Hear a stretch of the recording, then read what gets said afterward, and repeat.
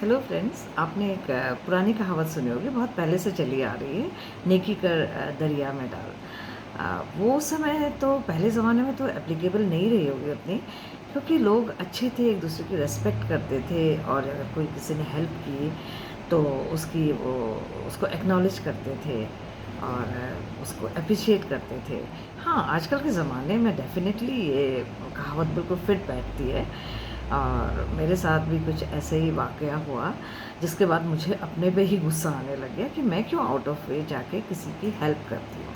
नहीं करनी चाहिए, क्योंकि आपको कुछ नहीं मिलेगा, सिर्फ़ आपको फ्रस्ट्रेशन मिलेगी, डिसअपॉइंटमेंट मिलेगा और सिर्फ़ दुःख होगा। तो मेरे साथ भी मैं बताती हूँ अभी क्या हुआ। हुआ है कि मेरी एक फ्रेंड है कम नेबर, पड़ोसी, तो आपको पता ही पड़ोसियों का हाल। तो पड़ोसी कम नेबर हैं, तो उनका फ़ोन आया मुझे, मैं बाज़ार जाने के लिए तैयार हो रही थी, मुझे ठीक 11 बजे कहीं पहुँचना था। इट वाज़ 10:30, थोड़ा ज़्यादा ही 10:40 हो गया था।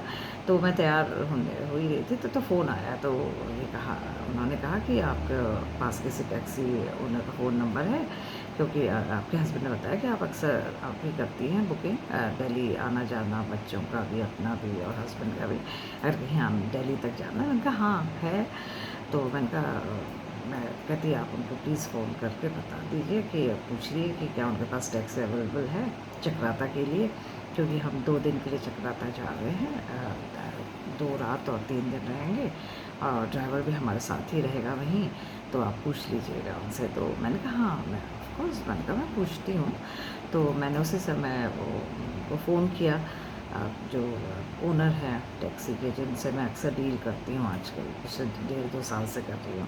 तो मैंने उनको बोला कि आपके पास टैक्सी चकराता के लिए अवेलेबल होगी? कहते हैं हाँ है मैडम, और उनसे पूछ लीजिए कि कौन सी डेट है और कौन सी टैक्सी चाहिए उनको। तो मैंने कहा ठीक है। कहता कि मैं भी, मैंने कह रहा मैं अभी कहीं बाहर जा रहा हूँ, हो सकता है मैं अटेंड ना कर पाऊँ कॉल, फ़ोन बजेगा तो आप मैं बाद में आके आपको कॉल बैक करूँगा। मैंने कहा ठीक है। फिर मैंने वो लेडी को बोल दिया, मैंने कहा कि आप कुछ मतलब बता दीजिए कि कौन सी डेट है उनका, इस 8 to 10 एंड चक्राता में के लिए हमें एसयूवी ही चाहिए, क्योंकि हम 4 लोग हैं, बड़ी गाड़ी। तो मैंने कहा ठीक है, मैं बात कर लूँगी। और ऐसा करती हूँ कि मैं ज़्यादातर ओनर से सभी मैं सबसे फ़ोन करके मैं सबको कोटेशंस लेती हूँ, किसी का ₹50 भी कम होगा तो मैं फिर उसी से डील करती हूँ।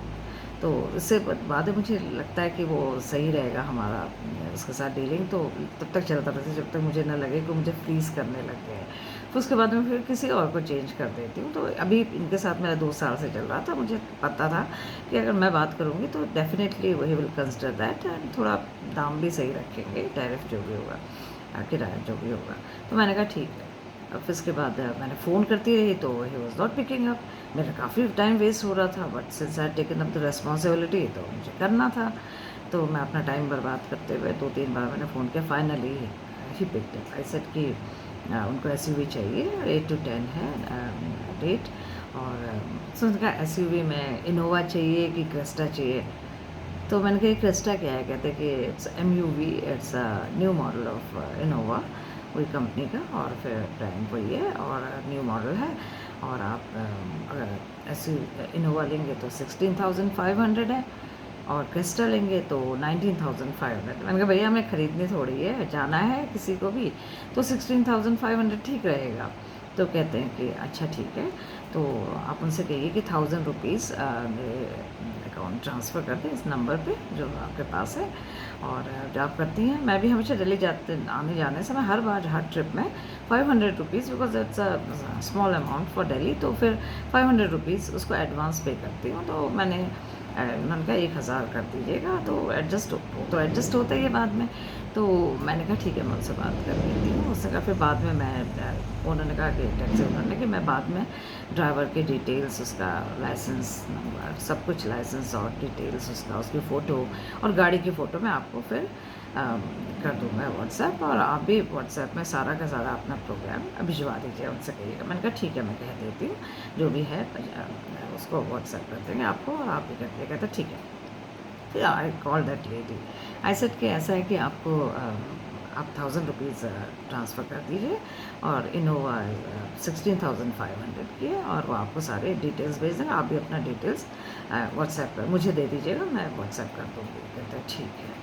लेकिन ना ऐसा है ना कि हमने ना कहीं और भी बात कर रखी है, तो मैं बाद में बताऊँगी।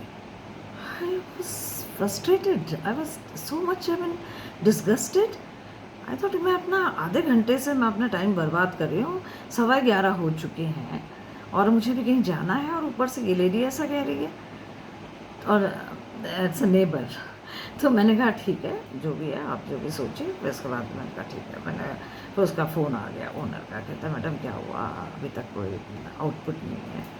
तो मैंने कहा कि ऐसा है कि वो शायद उन्होंने कुछ और डिसाइड कर लिया है, तो अब आप रहने दीजिए। तो कहते ठीक है, मैं वैसे भी वो एक ही इनोवा थी और वो यात्रा के लिए मैंने बता ही रखा था आपको कि यात्रा के लिए आजकल बहुत बुकड हैं गाड़ियाँ, तो इसलिए फिर मैं वहीं जा रही है यात्रा के लिए, तो अब मेरे पास और कोई नहीं होगा। मैंने कहा ठीक है, वैसे भी अब ख़त्म, डील तो ख़त्म है। फिर इसके बाद मैं चली गई बाज़ार से होके आई, तो देखा मैंने 2 घंटा ऑलमोस्ट बाज़ार में रह के आई। अपना सब खरीदा, शॉपिंग वॉपिंग जो भी की, घर आई मैं वापस। तो थोड़ी देर में उनकी फ़ोन की घंटी बज गई। That lady was there on the phone और sheepishly she said, "We'll book the cab now." I said, "Sorry, the cab is not available." मैंने आपको पहले ही बता रखा था कि यात्रा पे जाती हैं गाड़ियाँ, वैली ऑफ फ्लावर्स है, हेमकुंड साहिब है, दुनिया भर के और भी हिल स्टेशंस हैं। सब लोग जाने को तैयार हैं, समर वैकेशंस हैं बच्चों की, एवरीबडी गोज़, और समर में ही जाते हैं सब लोग हिल स्टेशंस में। तो मैंने कहा वो तो बड़े मुश्किल से उन्होंने, जस्ट बिकॉज़ मैं फ़ोन कर रही थी तो उन्होंने रोका हुआ था गाड़ी। अब उनका निकल गई गाड़ी, अब कोई गाड़ी नहीं है, आई एम सॉरी। ओके करती हुई फ़ोन मैंने तो फ़ोन रख दिया। तो मुझे लगा कि ये एप्लीकेबल, बिल्कुल सही कहावत, नेकी कर दरिया में डाला। Thank you so much.